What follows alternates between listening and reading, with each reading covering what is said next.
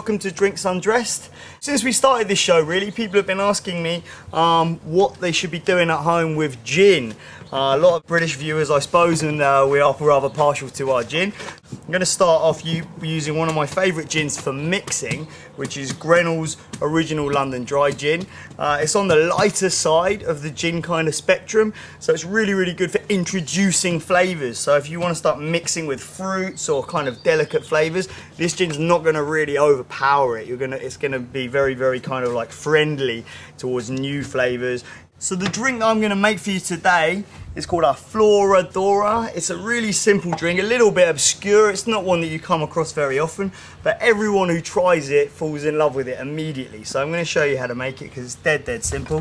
What we're going to do, we're going to throw in 5 fresh raspberries into a glass and we're going to sugar them up. We're essentially kind of making a syrup, I suppose, by mixing powdered sugar with the raspberries, and we're just gonna muddle them down with a spoon. All right, that's all we're gonna do. Raspberries nice and soft, so we just give them a little squish with the back of the spoon. Look at that! Almost immediately, creating yourself a lovely sweet puree, which is gonna add for the flavour, or part of the flavour of this drink, and as well as the sweetener. So there we go.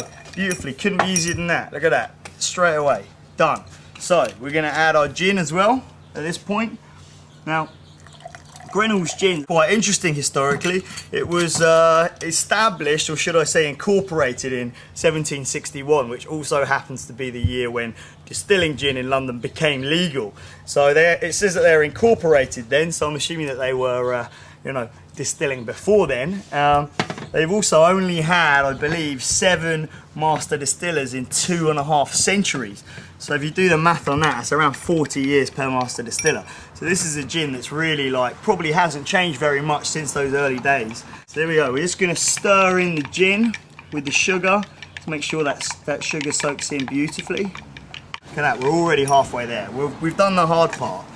Now, a little bit of lemon juice. Obviously, once you start adding sweetener, you obviously need to balance it back down again with something sour. In this case, we're gonna use lemon and our trusty little friend, the Italian juicer. So, give that a little squeeze in there. Again, stir that in. It's all about mixing, mix. Stir it in. Now we're gonna top that up with ice. Rocket's woken up. His favorite little treat, 0-calorie treat for Rocket. Yeah, okay, and we're just gonna drop in a few ice cubes just to get the temperature right. And we're going to top it up with good old-fashioned Canada Dry. A little bit of ginger ale on there. Nice little tickle of spice. It's phenomenally good. You've got quite complicated flavours in what's a simple drink. You've obviously got the botanicals coming from the gin. You've got your juniper. You've got your coriander. Your classic gin flavours from this classic gin.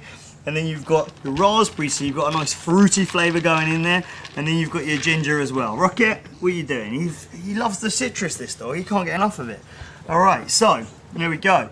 We'll put a little garnish on there as well. Why not go slightly opposite colours here? We're just going to do a nice, easy little twist. Orange zest on top. Remember to squeeze those oils across the glass so that your guest or whoever drinks this is going to get beautiful smell of orange on there. We'll just tuck that in like that. And a couple of raspberries on top. Rocket, you want a raspberry? There you go. And that's what we've got. We've got our Floradora cocktail. Super easy to make, super easy to drink. One sip of this and you are going to fall right in love. Isn't that right, Rocket? And it doesn't take very much skill at all, to be quite honest. I'm pretty confident anyone could make that at home. Not a fan of raspberries? Until next week, happy drinking. I'll see you next Thursday.